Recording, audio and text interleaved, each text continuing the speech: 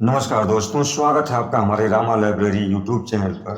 दोस्तों, दुनिया में धनवान बनने के लाखों तरीके हैं और इस पर अनेकों किताबें भी उपलब्ध हैं। लेकिन धनवान बनकर धनवान बने रहने का एक ऐसा मुद्दा है जिसके बारे में लोग ज़्यादा बात नहीं करते।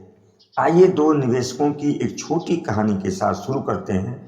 दोनों निवेशक एक दूसरे को नहीं जानते थे, लेकिन दोनों के रास्ते आपस में दिलचस्प रूप से टकराए थे।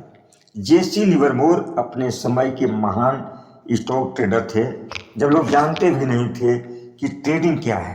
उस समय वे एक पेशेवर ट्रेडर बन गए थे। 1929 में जेसी लिवरमोर विश्व के सबसे जाने माने निवेशकों में से एक थे। 1929 में स्टॉक मार्केट में आई भारी गिरावट में लिवरमोर की विरासत को और सुदृढ़ कर दिया। अक्टूबर 1929 के एक सप्ताह में स्टॉक मार्केट के एक तिहाई से अधिक मूल्य का सफाया हो गया। लिवरमोर की पत्नी काफी डरी हुई थी, क्योंकि बाल स्ट्रीट के सट्टेबाजों के आत्महत्या के करने की खबरें पूरे न्यूयॉर्क में फैली हुई थी। 29 अक्टूबर की शाम को जब जेसी लिवरमोर घर पहुंचे और अपनी पत्नी को अपने बच्चों के साथ रोते हुए देखा तो हक्के बक्के रह गए। फिर उन्होंने अपनी पत्नी को बताया कि आज मेरा ट्रेडिंग में सबसे अच्छा दिन था। उनकी पत्नी डॉरोथी ने पूछा, आपका मतलब कि हम बर्बाद नहीं हुए? जेसी लिवरमोर ने कहा, बिल्कुल नहीं, बल्कि आज हमने स्टॉक मार्केट में गिरावट पर काफी दांव लगाया और आज हम शानदार ढंग से अमीर हो गए हैं। एक ही दिन में जेसी लिवरमोर ने $3 बिलियन की कमाई की थी। स्टॉक मार्केट के इतिहास के सबसे खराब महीने में वे विश्व के सबसे धनवान लोगों में से एक बन गए थे।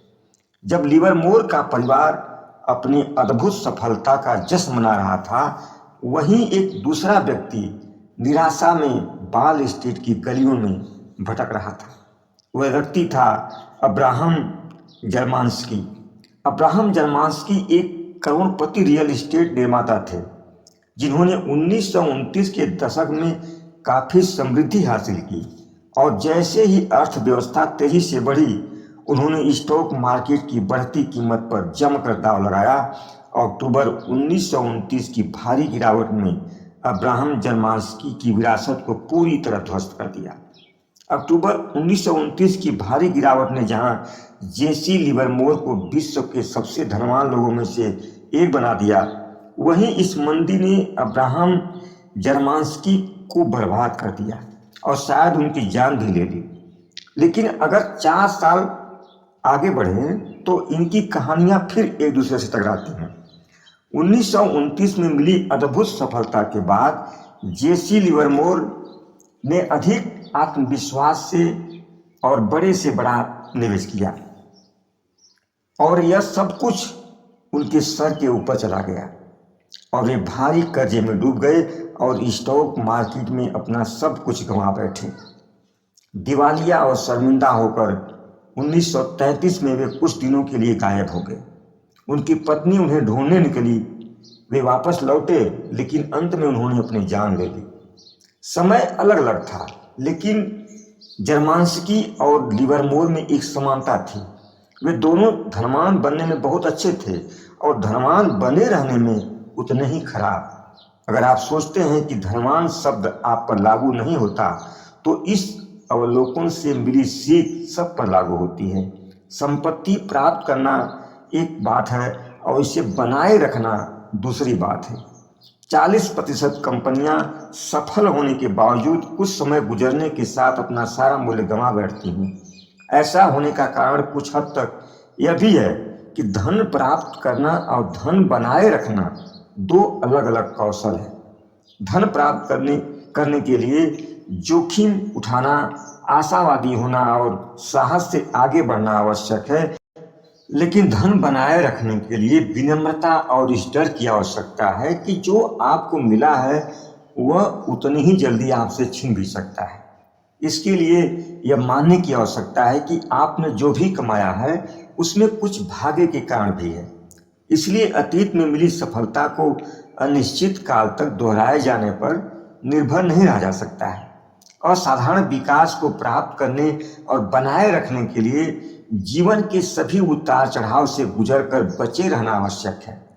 आप यह समझने में कई साल लगा सकते हैं कि वॉरेन बफेट ने निवेश प्रतिफल कैसे कमाए।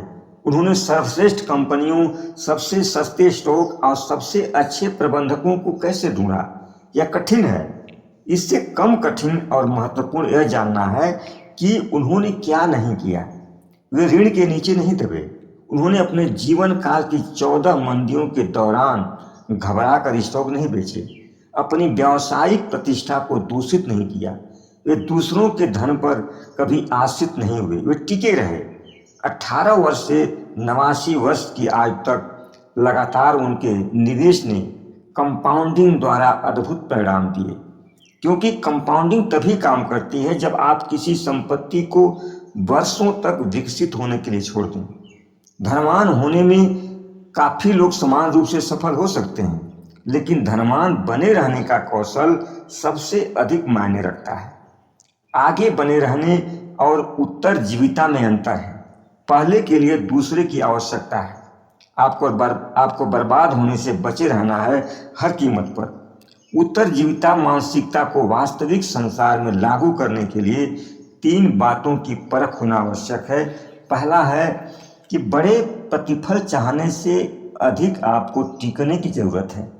अगर आप अधिक समय तक टिके रहेंगे तो कंपाउंडिंग अपना कमाल जरूर दिखाएगी। बुल मार्केट में कोई भी नगद धन रोककर नहीं रखना चाहता। लोग ऐसी संपत्ति अधिकृत करना चाहते हैं जिसका मूल्य ऊपर जाए।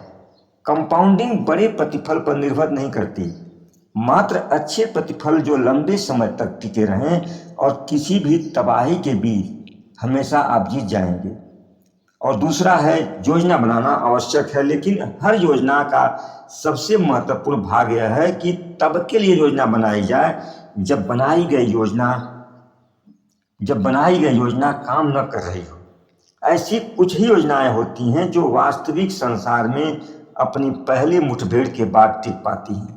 अगर आप अगले 20 वर्षों के लिए अपनी आय, बचत और प्रतिफल की योजना बना रहे हैं तो उन सभी बड़ी बड़ी घटनाओं के बारे में सोचिए जो पिछले 20 वर्षों में हुई है, जिनका कोई भी पूर्वानुमान नहीं लगा सकता था। चाहे वो कोई भी आर्थिक संकट हो, कोरोना वायरस हो जिसने पूरी दुनिया को हिला दिया। कोई भी योजना तभी सफल कहलाती है जब वह वास्तविकता की मार को झेल सके। और तीसरा है एक संतुलित व्यक्तित्व जो भविष्य को लेकर के आशावादी हो, लेकिन भविष्य में पहुंचने के लिए रास्ते में आने वाली अड़चनों को लेकर आशंकित भी हो। आशावाद को इस धारणा के रूप में परिभाषित किया जाता है कि सब कुछ अच्छा होगा, लेकिन यह परिभाषा अधूरी है। विवेकपूर्ण आशावाद एक ऐसी धारणा है कि चाहे बीच में कितनी भी विपत्ति और समस्याओं का सामना करना पड़े, अंत में समय के साथ संतुलित होकर अच्छे परिणाम निकलेंगे। आप जानते हैं कि बीच में विपत्ति तो आएगी ही, लेकिन आपको यह भी देखना होगा कि यही प्रगति का आम रास्ता भी है। अर्थव्यवस्था, मार्केट और कैरियर भी इसी प्रकार के पथ पर चलते हैं, क्षति के बीच विकास।